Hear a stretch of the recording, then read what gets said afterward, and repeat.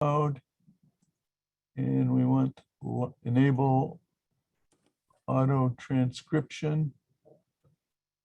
Okay, so apologies, something happened with the last recording of the last office hour. It didn't work.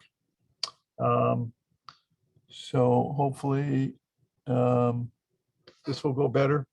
So first of all, any questions or comments on anything that we've done so far? This is the 8th office hour. We're on module 9, international environmental crimes. So this is, of course, one of the substantive issues. So let me try to share my screen. Can you all see my screen?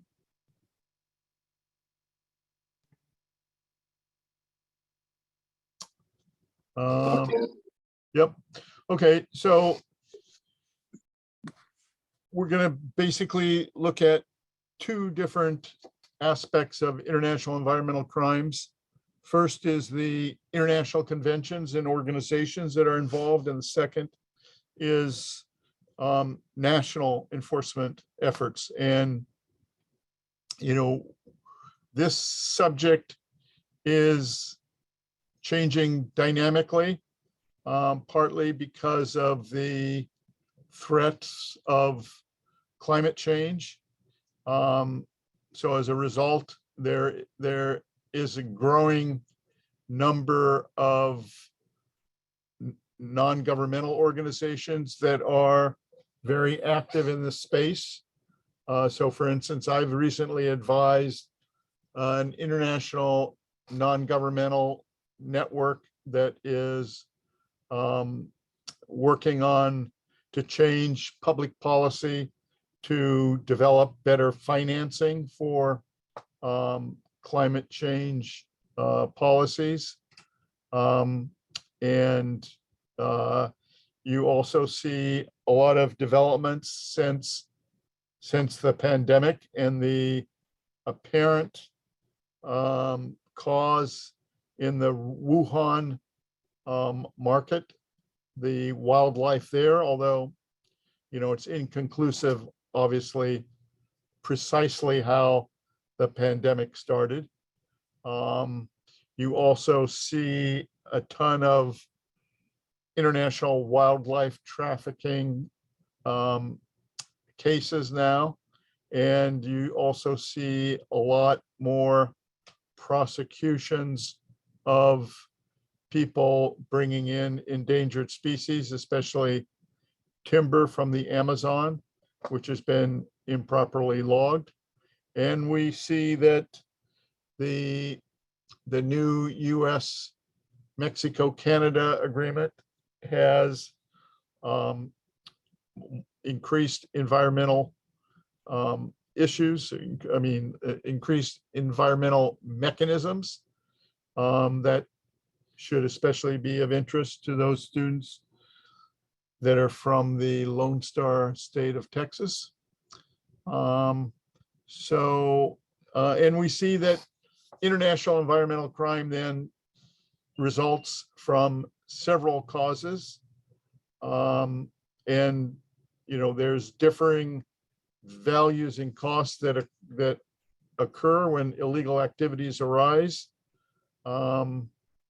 And, you know, it impacts legal and illegal products. It impacts competition, because if you're competing for, let's say, wood products, and you're able to get what should be products that are prohibited from being exported, or only exported if they have a license and they follow certain environmental procedures, and your competitor doesn't follow those, then you're going to have trouble competing.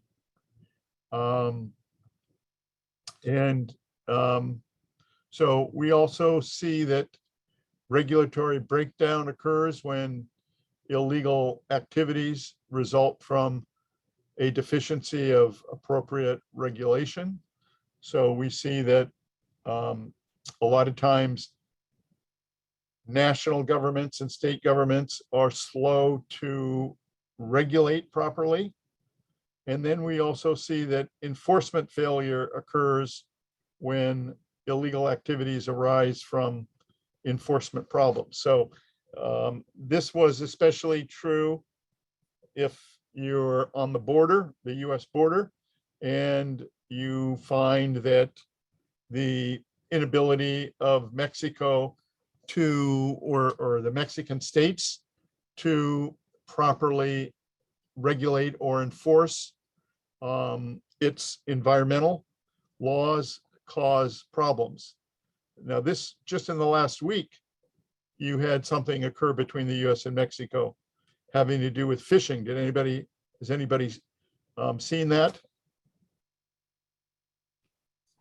I mean, basically the US said starting February, I think 7th, no more Mexican vessels are allowed in US ports because the US is very unhappy that allegedly Mexico has not been properly enforcing its the fishing regulations. And there's been a lot of illegal fishing going on in US economic territory, including using nets that are improper. And the US says that they've caught, some Mexican vessels 20 times in the last few years. And so now Mexico says that ain't true, that, they are properly trying to enforce their laws, but sometimes the boundaries between US and Mexican waters are not clear. And Mexico thinks that the US is improperly now restricting Mexican vessels. So transnational environmental crimes can be classified into two broad categories. One is anthropocentric, that's the human environment, and the other is bio or ecocentric. So that's, the environmental element without regard to human life. So we see that some of the policies to combat international environmental crime include controlling the illegal trade. So, that's why we see in the new US-Mexico-Canada free trade agreement, we now have an environmental chapter. We also see that governments are establishing national environmental crime units or working parties. And we see that there are all kinds of improved means of tracking and identifying illegal products.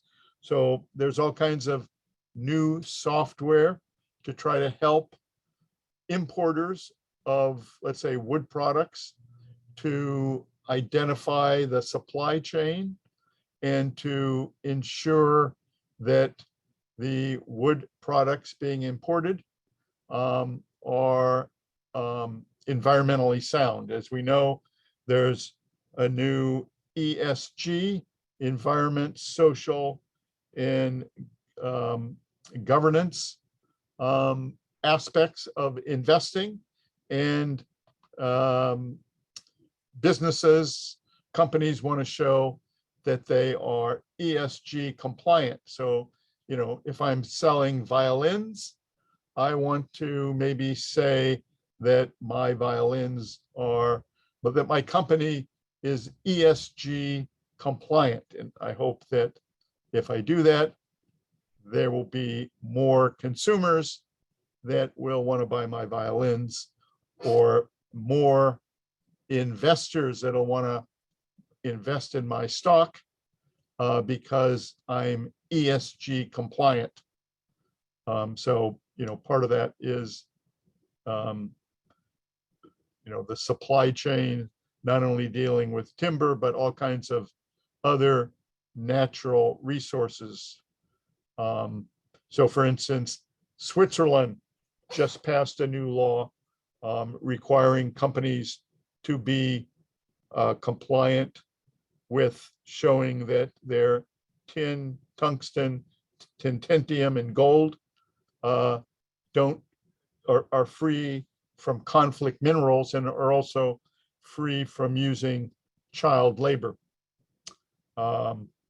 So we see also some means to combat environmental crimes are demand reduction strategy. So these are all kinds of ways to, for instance, impose a tax, either domestically or internationally, on products that are harmful to the environment. And international environmental enforcement has two main aspects. And this is like chapter 1 of our course when we talked about substantive and procedural aspects of international criminal law. So one aspect of international environmental enforcement has to do with international instruments, principles and theories. And then the other part is domestic legislation. So even the Rome Statute creating the International Criminal Court has provisions on the environment that make intentional causing harm to the environment a war crime.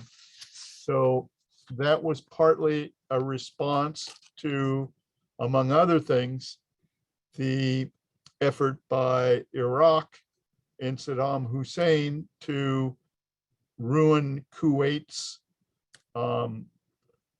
environment when Iraq invaded Kuwait prior to Gulf War, the Gulf #1 war, where the US came in and basically beat back Iraq. And so, but nevertheless, Iraq did a lot of environmental damage to Kuwait. So one of the most important environmental conventions is the Convention on International Trade in Endangered Species. It's an international agreement between governments whose purpose is to ensure that international trade in specimens of wild animals and plants do not threaten their survival. So it has an annex which puts on, which lists those species that are endangered. So they're on a regular basis. The CITES committee meets and they add and subtract endangered species. And states adhere to CITES voluntarily. But the problem is it doesn't take the place of national laws. And Article 8 of CITES obligates parties to the convention to take appropriate measures to enforce the provisions of the conventions. And those include penalizing or criminalizing the trade in or possession of specimens that are on the endangered list, or both, or to provide for confiscation or the return to the state of export of such specimens. And also, the members are supposed to keep data. They're supposed to have records of trade in the species that are endangered. They're supposed to make periodic reports to the CITES on the trade, so that the international community can keep track of both the legal and the illegal trade.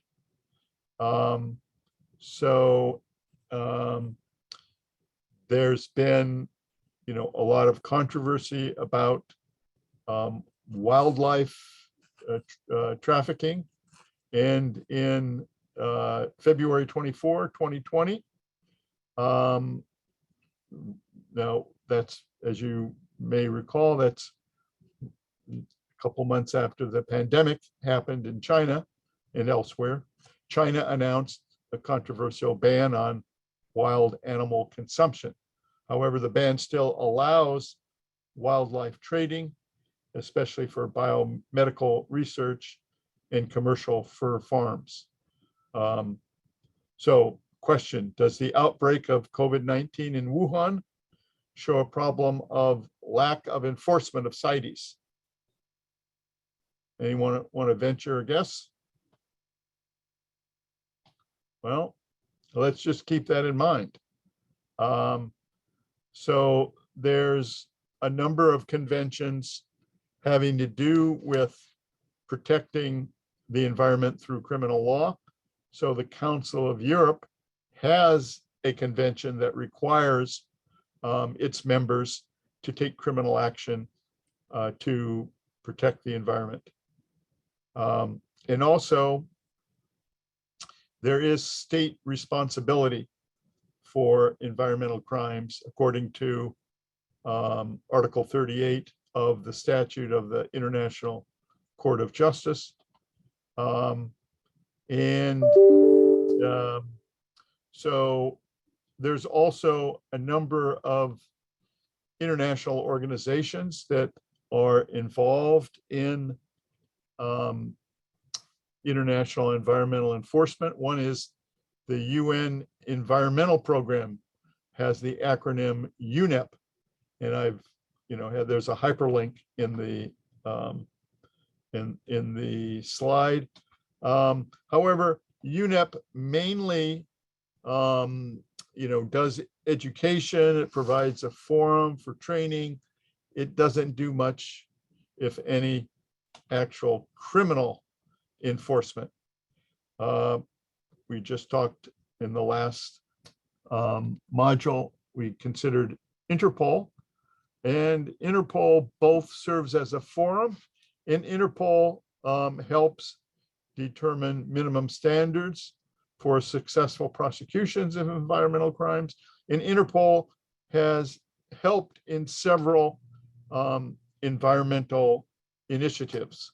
So for instance, Interpol has a pollution crime working group, and in November of 2018, it led worldwide enforcement by law enforcement and environmental agencies to detect all kinds of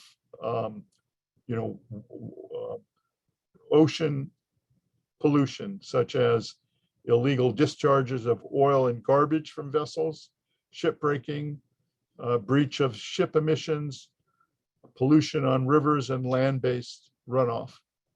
There's also the G7. The group of seven also develops resolutions requiring environmental enforcement cooperation and environmental initiatives on things like illegal fishing, smuggling of chlorofluorocarbon gases, and also other forms of environmental crime like international wildlife trafficking. And they've also agreed to do more to make enforcement, international enforcement, more effective. And to engage in training and help exchange information. The EU has developed a council framework directive on protecting the environment through criminal law that requires each of its members to criminalize and prosecute environmental crimes. In the early 1990s, you had the North America Free Trade Agreement, NAFTA. And as you may recall, Mr. Bill Clinton, when he was a candidate, he hedged on whether he was going to support the ratification, and eventually said he would only support it if there were environmental and labor side accords. However, the environmental site accords are, comparatively weak. They did provide for the establishment of a commission on environmental cooperation, but that commission basically pretty much, it holds hearings on transboundary environmental problems, serves as a point of inquiry, and does some assessment and mitigation, but it's fairly weak when it comes to, the actual criminal enforcement is non-existent. There's the Border Environmental Cooperation Commission, which is responsible. It's headquartered in Ciudad Juarez, and it is supposed to identify, develop, certify, and implement environmental infrastructure projects in 5 key areas, basically water, wastewater, waste management, air quality, and clean and efficient energy. If you're right across the border from Mexico, where there are all the automotive plants, the maquiladora factories, you get a lot of the environmental problems.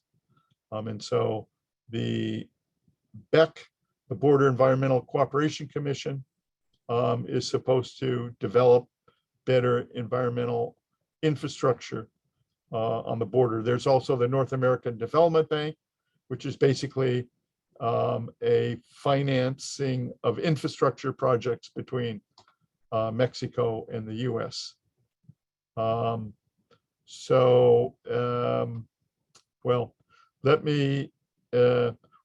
the inability of the US and Mexico to resolve environmental justice issues faced by border communities has led to various conferences and discussions. I participated in one in 2012, which was in New Mexico, it was a 2-day conference on US-Mexico environmental cooperation.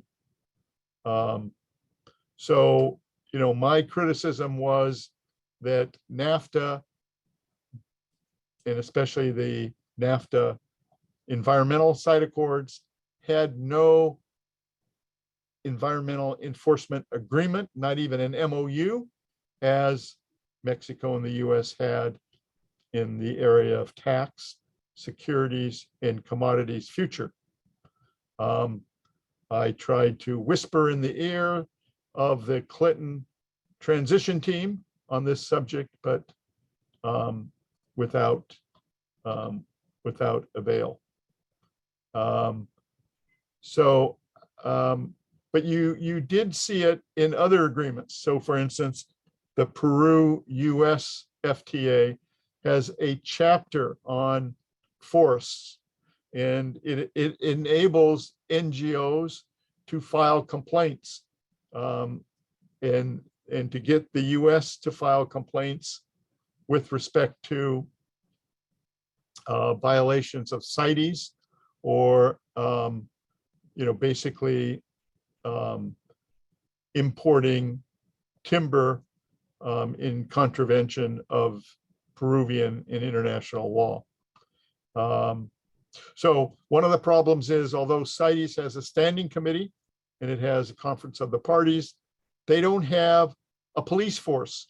They don't have any way to enforce violations of CITES. And although there is this responsibility under Article 8 for members to prosecute or to engage in forfeiture of products that are improperly harvested, there's no way for CITES itself to enforce it. So what happens is CITES relies on Interpol the World Customs Organization and the UNODC, as well as a host of non-governmental organizations to try to implement the convention. So you see, for instance, in the US and in England, there's a whole host of non-governmental organizations that are involved in stopping wildlife trafficking. So for instance, about 7 years ago, I was hired by the Richardson Foundation, started by the former governor of New Mexico. And he had me do a study of about 6 African countries.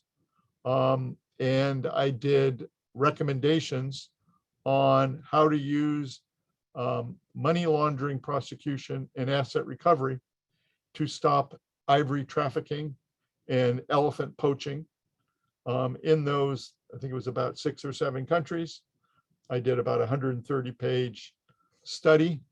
And then, that was partly used by NGOs to lobby both international organizations and the African countries to do more, both in terms of enacting new legislation and to do more in terms of cooperation in order to be able to identify and prosecute individuals. So in the announcements for this class, I also, there were a couple of recent articles I wrote on illicit financing and international wildlife trafficking that focuses on what has been done in places like South Africa and what needs to be done in places like the UK to properly go after the illicit financial flows that arise from international wildlife trafficking. And you have the usual problems of that the people that are involved are at the top, transnational organized crime. They facilitate and pay for usually people that are very impoverished to go out and hunt and traffic in the ivory tusks and the other the pangolin skins, and usually the people that are caught are just very low level.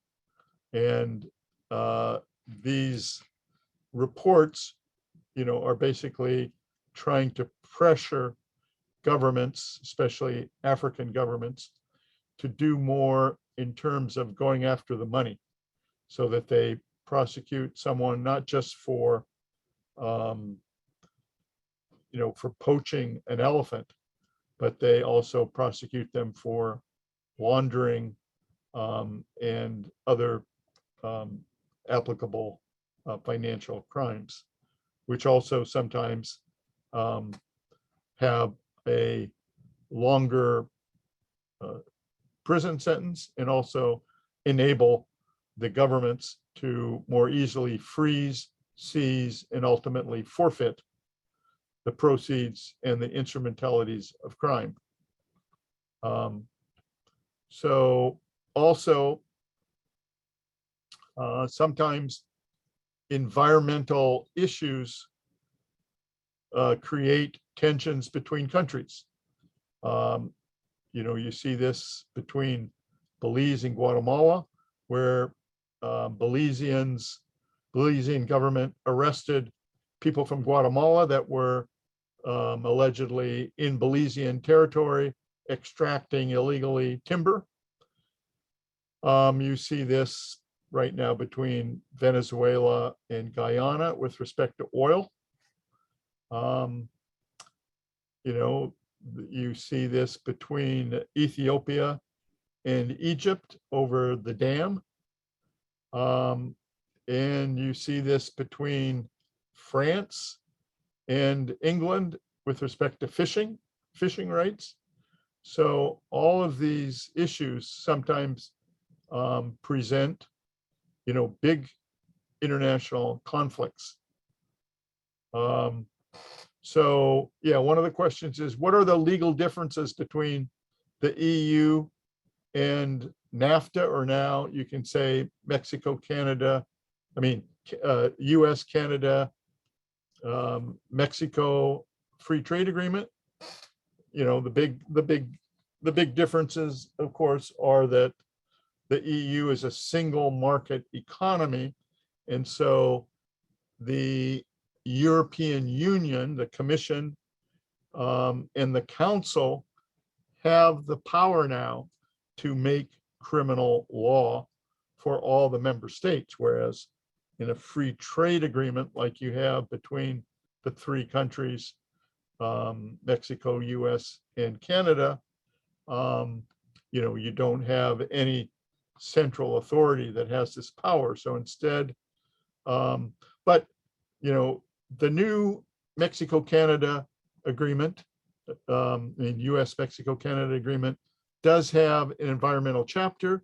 It requires the countries to combat trafficking in wildlife, timber, and fish, to strengthen law enforcement networks to combat such trafficking, and to address pressing environmental issues, which include illegal, unreported, and unregulated fishing. So that's why, the US said, enough, Mexico. That's just happened a week ago. And there's also new protection for marine species. So all the time you see people arrested and prosecuted at the Texas and California borders for,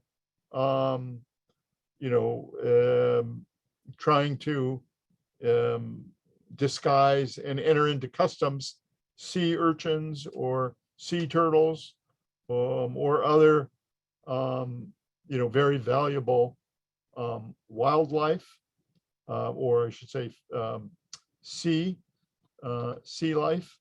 Or even on the Texas-Mexico border, there's all kinds of very valuable wild fauna and flora. Now the parties have to adopt, maintain, and implement the obligations under 7 multilateral environmental agreements.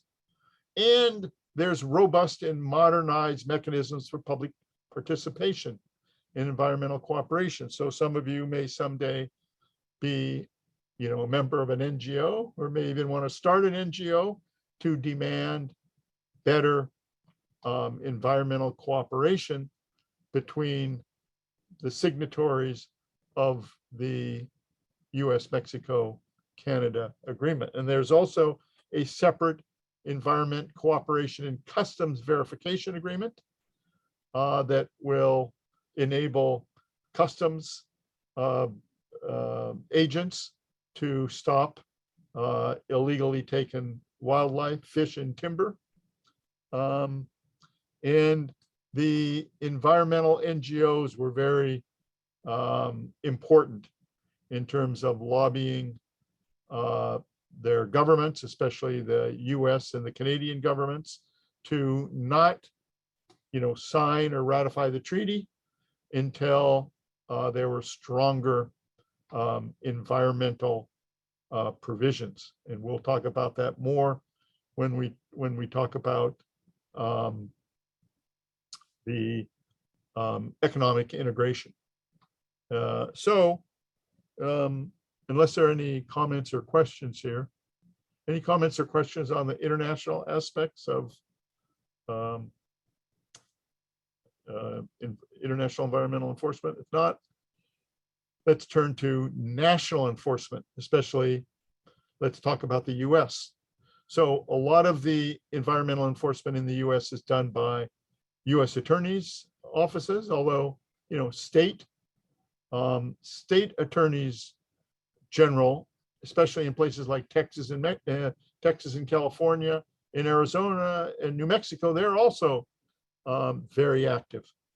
I mean, when I've attended the attorneys general border meetings, I've listened to what, some of the even states attorneys general are doing. But anyway, the U.S. Attorney's Manual divides environmental crimes into two groups: pollution crimes and wildlife crimes. And the Department of Justice has an environmental crimes section, which is authorized to investigate and prosecute violations. But, most of these violations are done by, let's say, the U.S. Attorney's Office in Houston or the U.S. Attorney's Office in San Antonio. But sometimes they will liaise with the environmental crimes section. Especially, they might, try to find some expertise that they don't have in order to properly investigate and prosecute cross-border or just even any type of international environmental crime. And also the environmental crimes section keeps data so that they can keep track of, what's being prosecuted, what's not. So environmental crimes that occur let's say at sea or in the ocean, often that is going to involve the Coast Guard, and the Coast Guard tries to cooperate, tries to notify the State Department when they're going to arrest or seize a vessel in the ocean, because it has diplomatic issues. So, they may want to stop and arrest or seize a vessel because it's dumping oil or because it's, engaging in illegal fishing. So, the Coast Guard is supposed to notify the State Department ahead of time, and there's supposed to be interagency concurrence for the Coast Guard to take action. So the U.S. Attorney's Manual, also talks about, so the U.S. Attorney's Manual, by the way, is available on the internet. You just, type in U.S. Attorney's Manual, and you will see, that's basically if you're an assistant U.S. attorney in a place like San Antonio or Boise or wherever, you use the U.S. Attorney's Manual as your guide. So it talks about things like how to prosecute people under the Lacey Act. The Lacey Act is very old, but there were amendments that were enacted in 2008. I remember going to meetings at the Chamber of Commerce, talking about the implementation of the Lacey Act amendments. And of course, the business community said, the sky is falling. We can't do business anymore. If these regulations really take effect, we won't be able to import any plant material or paper or, because we're going to have to abide by all these new rules.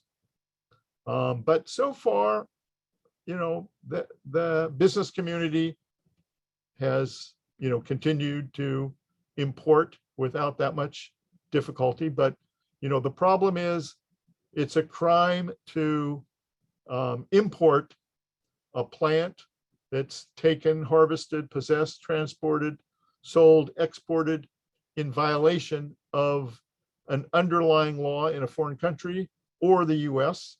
And that includes, of course, international convention. So, and if you're importing something like paper, you've got to declare, all the information about you've got to declare the species, the, scientific name, and so forth. So it's a lot of work.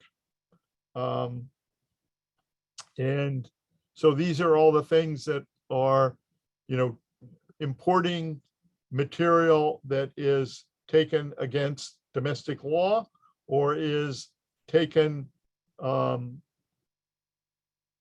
when the exporter or the importer has a license, but the license is obtained through bribery.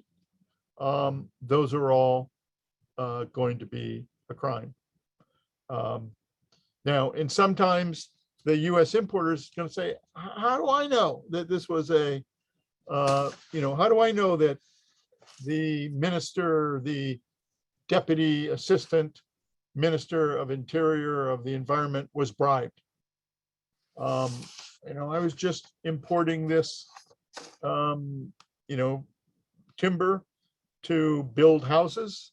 And so, sometimes it is a matter of proof. I mean, the assistant U.S. attorney is obviously not going to prosecute a U.S. company unless they have proof that there is some willfulness. So some NGOs, like the Environmental Investigative Agency, they've gotten financing from the Norwegian government and from other places, and they now do a 6-month undercover sting operation in places like Gabon or the Democratic Republic of the Congo or Peru. And they, do undercover surveillance. They will show, the conversations. I mean, they will put out, after 6 months or so, they will put out a 150-page report and, 3 really well done videos that will show where the illegal products came from. They'll show the bribery, and they will show conversations between the U.S. importer and the exporters, where they will show that the U.S. importer knew that the timber was illegal. And then they will demand that, the U.S. law enforcement take criminal action against the U.S. importers. There are a host of environmental NGOs that engage in this, investigative reporting in order to stop deforestation and in order to stop the violations of the CITES and the Lacey Act, of course. So yeah, the Lacey Act requires importers then to furnish a basic declaration to account for every shipment of plants and products, and the declaration has to have the scientific name of any species used, the country of harvest, the quantity and measure, and the value. And also what's happening is environmental NGOs working with source countries are developing software so that you can check on the internet. And if your natural resources coming from Peru, you can check to see whether the licenses were properly obtained, and you can have a pretty good idea of whether the product is illegally imported or was illegally exported.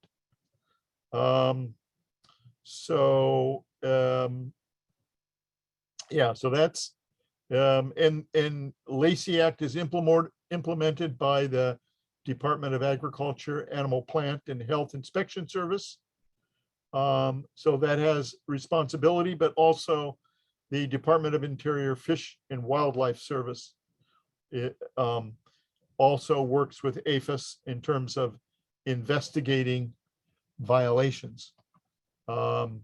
Enforcement includes seizure and forfeiture. And if you violate the Lacey Act, you can be civilly or criminally prosecuted. And so one case that I mentioned in the text is the Gibson guitar case, where this Gibson guitar was continually importing ebony wood from Madagascar and rosewood and ebony from India. Those are both, rosewood and ebony wood are, what you need if you're making guitars. And the Gibson first, when they were first being charged, they fought it very hard. They got the best law firms, but eventually, to defend them, but eventually they agreed to enter into a deferred prosecution agreement and to, to make, in addition to a penalty of $300,000, to pay $50,000 to the National Fish and Wildlife Foundation in order to promote the conservation, identification, and propagation of protected tree species that's used in the musical instrument industry, because that's where a lot of the problem with importing ebony, wood, and rosewood comes from. And Gibson also agreed to withdraw its claims in a related civil forfeiture action. So it was faced with both civil forfeiture and a criminal prosecution. At the same time. And so, the US then didn't charge Gibson criminally, but also, Gibson had to admit that it failed to act properly. And it also, I think, had to take a monitor for a period of years to ensure that in the future, it was, it adhered to the Lacey Act. So there's also I think, in my text, I have some discussion of the Bhopal case. So a lot of you might be too young to remember the Bhopal case. It happened shortly after midnight on December 3rd, 1984. There was a big amount of toxic gas that leaked from the Union Carbide plant in Bhopal, and it caused the death of 3,800 people living by the plant, and it caused all kinds of disabilities and birth defects, in thousands of other people that lived close to the plant. And the Indian government first tried to litigate the matter in the US because they figured, they heard you can get large settlements in places like Texas. But the US District Court dismissed it, and then the Court of Appeals upheld the dismissal of 145 individual personal injury claims on the grounds of foreign non-convenience. Anybody know what that means? Basically, you can get a court to dismiss a case in US District Court if you can show that although the plaintiff is properly there, does have jurisdiction, that because of where all of the evidence and, let's say, the witnesses and so forth are, that the better place, the preferred place that the case should be litigated is not the United States, but another country. So this would be India, because that's where the scientific evidence was, that's where all the victims were, that's where Union Carbide plant was, and so forth.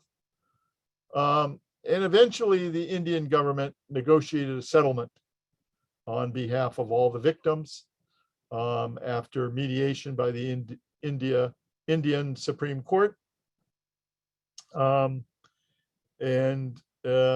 So Union Carbide agreed to pay $470 million, which would be distributed to the claimants for a full and final settlement.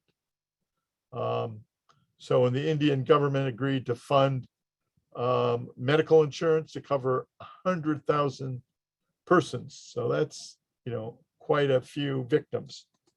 So later, the Indian government decided to indict Warren Anderson, who was the CEO of Union Carbide.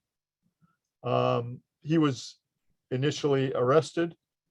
He was released on bail.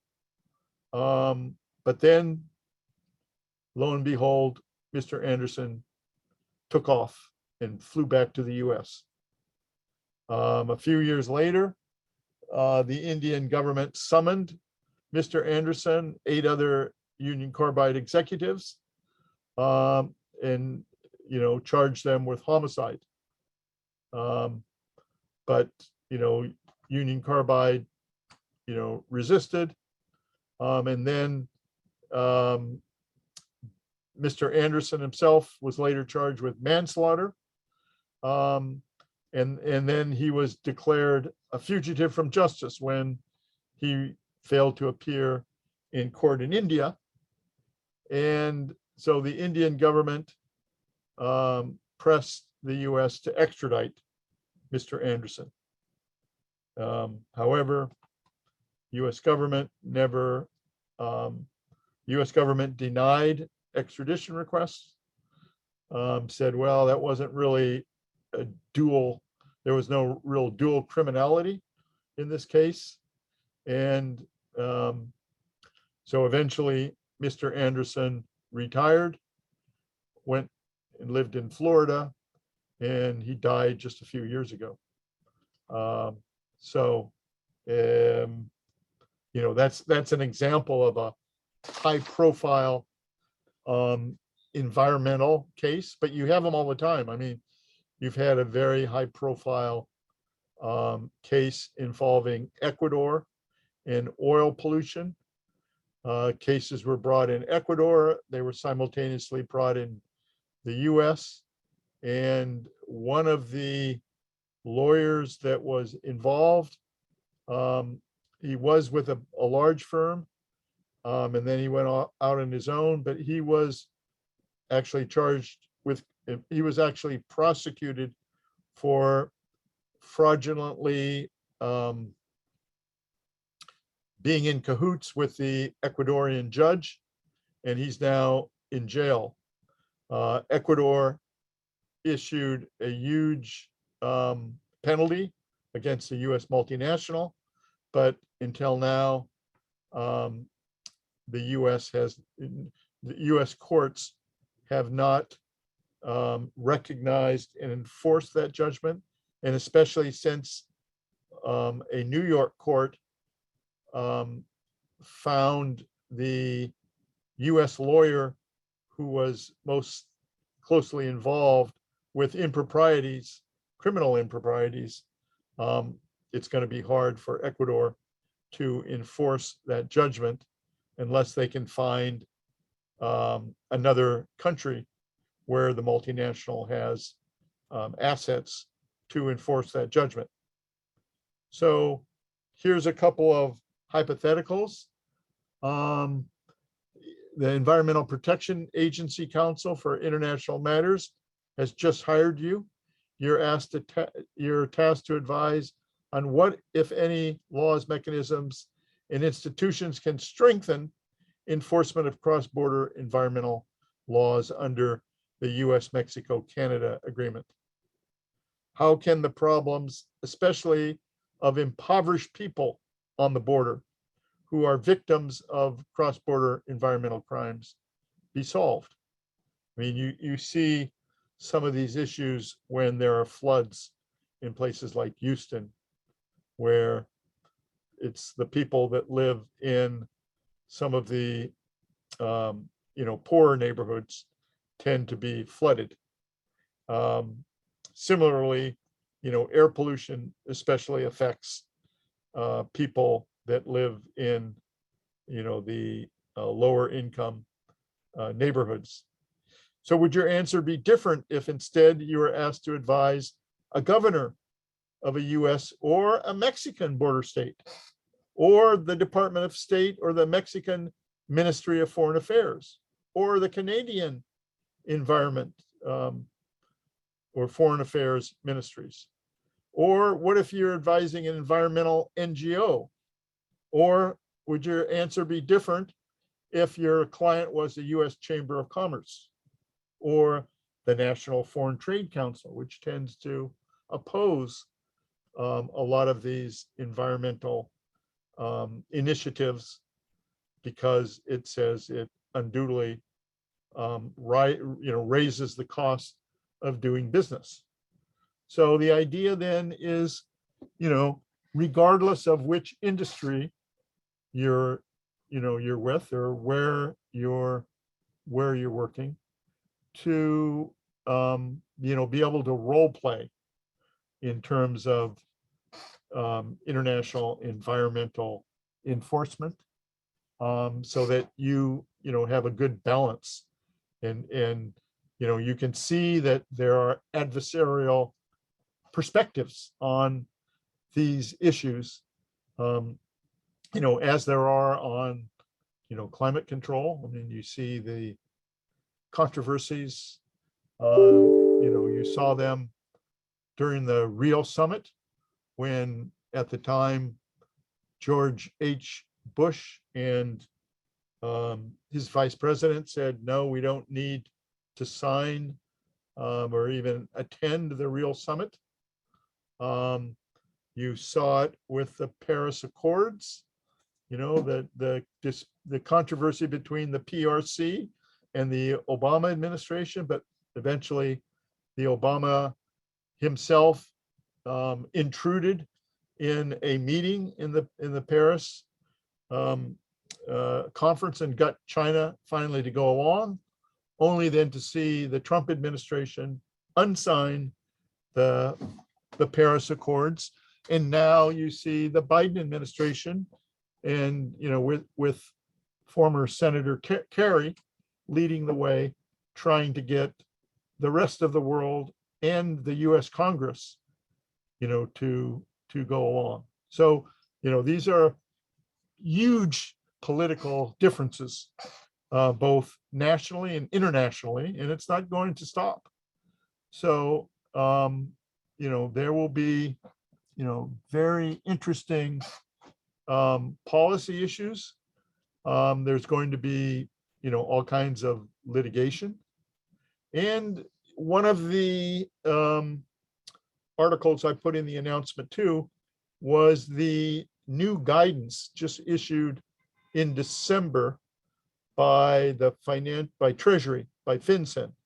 Basically, it issued guidance to banks and financial institutions, telling them that they have to be now on the lookout for illicit financial flows having to do with environmental crimes. So if you're a compliance officer for a bank or a financial institution, in addition to looking for drug crimes and tax crimes and sex trafficking and human trafficking, now you have to look for illicit financial flows dealing with the environment. So let me stop here and let me entertain any questions or comments.